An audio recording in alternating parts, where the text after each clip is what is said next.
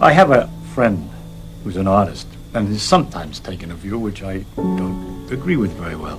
He'll hold up a flower and say, look how beautiful it is. And I'll agree, I think. And he says, you see, as I as an artist can see how beautiful this is, but you as a scientist, take this all apart and it becomes a dull thing. And I think that he's kind of nutty. First of all, the beauty that he sees is available to other people and to me too. I believe, although I may not be quite as refined as aesthetically as he is, that I can appreciate the beauty of a flower. At the same time, I see much more about the flower than he sees. I could imagine the cells in there, the complicated actions inside, which also have a beauty. I mean, it's not just beauty at this dimension of 1 centimeter. There's also beauty at a smaller dimensions. The inner structure, also the processes, the fact that the colors and the flower evolved in order to attract insects to pollinate it is interesting. It means that insects can see the color. It adds a question. Does this aesthetic sense also exist in the lower forms?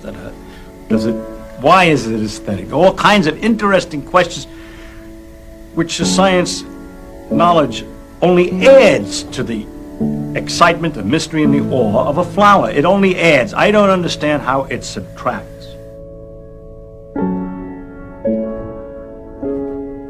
If you expected science to give all the answers to the wonderful questions about what we are, where we're going, what the meaning of the universe is, and so on, then I think you could easily become disillusioned and then look for some mystic answer to these problems. How a scientist can take a mystic answer, I don't know, because the whole spirit is to understand. Well, never mind that. I don't understand that. But anyhow,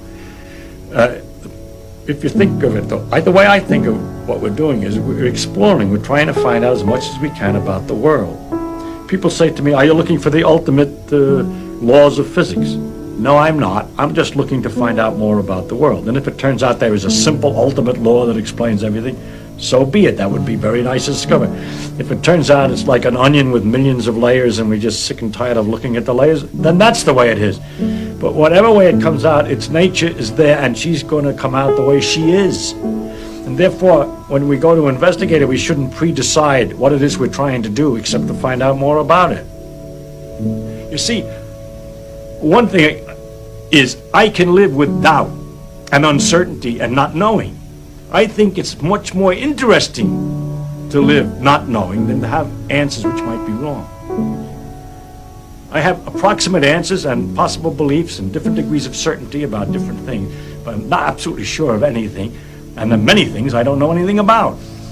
But I don't have to know an answer. I don't feel frightened by not knowing things, by being lost in the mysterious universe without having any purpose, which is the way it really is as far as I can tell possible. It doesn't frighten me.